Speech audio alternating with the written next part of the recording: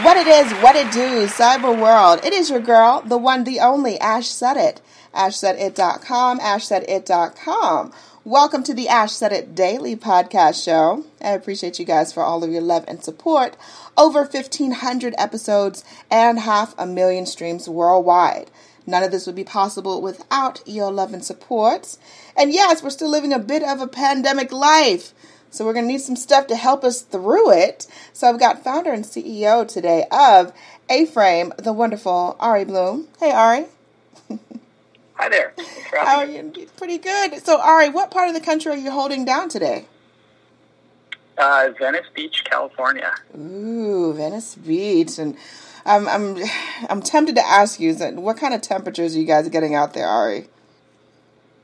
Well, California, this part of California especially, kind of has a very, very short band of temperatures that we get, usually between 50 and 75. So that's basically a day in the life of a coastal Californian, and it doesn't vary too much depending on the time of year. So we're definitely staying in that range, okay. And it's a beautiful day, as usual. Sounds beautiful. I'm out here in Atlanta, Georgia, Ari, and it's about 43 degrees today. Not loving that. Sorry to hear that. Me too. All right, Ari. So tell us the origin story of A-Frame. Sure. Yeah, A-Frame is something that I founded with some friends and collaborators. I'd say over time, I think in a lot of cases, people will go back to one date and say I founded the company. And I think A-Frame has been a little bit of a rolling foundation, and I think that's probably an accurate portrayal of a lot of companies. But the idea really came to me over the last, we'll call it 2 years. I have about 20 years of experience in the consumer industries, but spent some time previous to this as a software CEO for a fashion software company, okay. And was really looking to get back into making products, physical products. I come from a retail merchandising background originally. It came up at The Gap, and it's just something that I think I've always been passionate about. But for me, looking for something that I could help bring to the world that would be a positive, that would leave the world better than I found it, but also something that I could really hang my hat on and say that this is something I could be proud of for the rest of my career, something my kids will be proud of that I did, and something that really, I think, reflects the new world, the way that we live, and we're changing in this, not only in this moment, but also this next generation, delivering products and brands that actually are in service of real people with everyday needs. Gotcha. So in the earliest phases, what would you say was the first big challenge? Well, COVID obviously was a big challenge for me and I think a lot of people on many levels. There were things obviously that, even before COVID came to the U.S., I was in the process of planning our first brand. So A-Frame is a holding company that is launching a portfolio of brands in the sustainable personal care and personal hygiene space. Right. And we had already planned to make soap our first brand. We felt like the category hadn't been really reinvented in a generation. Method soap, if you can believe it, is 20 years old now. And I think that was really kind of the last big disruption in the soap industry. And we felt like that was a category that was ready. Well, along came the coronavirus and this global pandemic. And before it even came to the U.S., we were working on all of our product development and packaging. A lot of that was overseas, and so we were starting to actually, on the packaging front that is, we were starting to see some real problems in packaging availability and supply chain in January and February, and I knew that we were going to start to run into some more problems as time went on. So the category was clearly the right one to focus on, but there were a lot of challenges in just getting the business launched, and eventually I sat down with my creative agency who was partnering with me on launching the brand, and we resolved to get it in market within a number of weeks, and we did that. And it was something that I think we're really proud of. It was very challenging. We had to make some sacrifices, but I think knowing what you will and won't sacrifice is very important, and there were some non-negotiables, and there were some things that we could bend on, and ultimately I think we were able to launch something that I'm real happy with. Wow. So what can you tell us about Keeper as far as the latest? Keeper's a very simple idea, really. It's that soap is a very basic, ancient product. Right. It's created out of essentially fat and plant oils, and it works really well. Interestingly, as the coronavirus pandemic became more of an issue for everyday folks, and we started to learn about how we needed to wash our hands, A lot of the guidelines coming from places like the CDC were showing that real soap was actually the most effective thing that you could do to kill coronavirus. And it doesn't surprise me because there's a reason why it was created and why it flourished for thousands of years. It's a really good product. Yeah.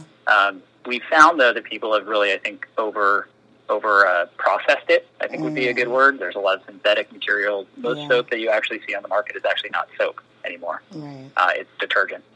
And so we just felt like this, the proposition here was, let's create a really easy, nice, plant-based product in aluminum and glass bottles. So we've eliminated single-use plastic and provide a subscription reordering service so that once you buy your first dispenser, when you're out of your first bottle of soap, you can set up refills on a monthly basis.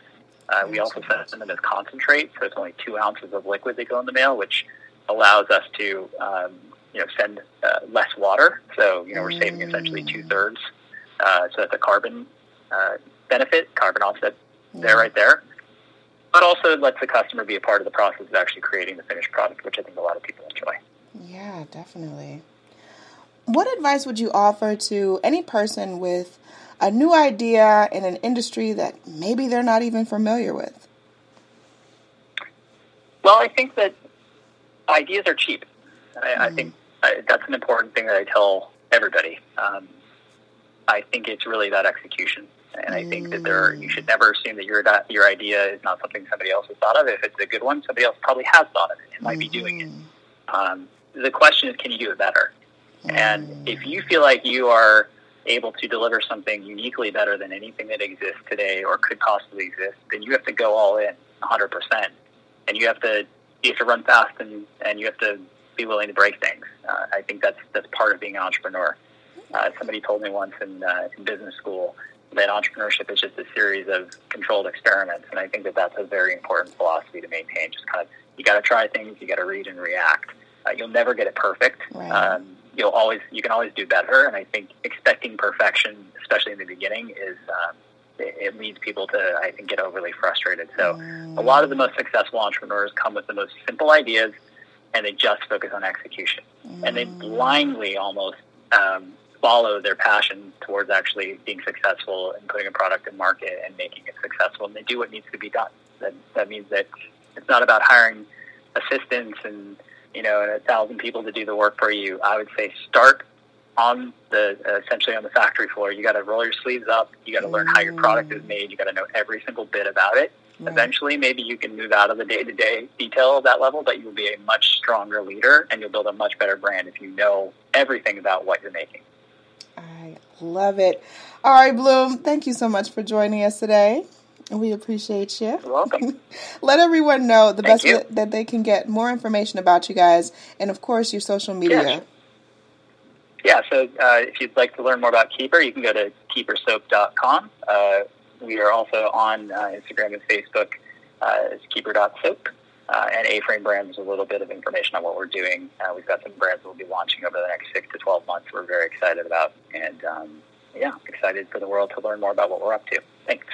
Awesome sauce. Well, all right, thank you so much for joining us. I definitely want you to keep me in the loop as you guys have new developments and more products to launch. I definitely want you back to talk about that. Thank you. Happy to. So definitely appreciate that. And I appreciate each and every one of you guys. Thank you so much for all of your love and support. Keeping in mind, anyone to tell you that you can't do what you want to do, you look them square in the face. You tell them, don't believe me. Just watch. Watch what I do. Watch me make it happen. Watch me make history. That's what we're doing this for, the history books. Social media is nice, but real life is so much better. Until next time, you guys.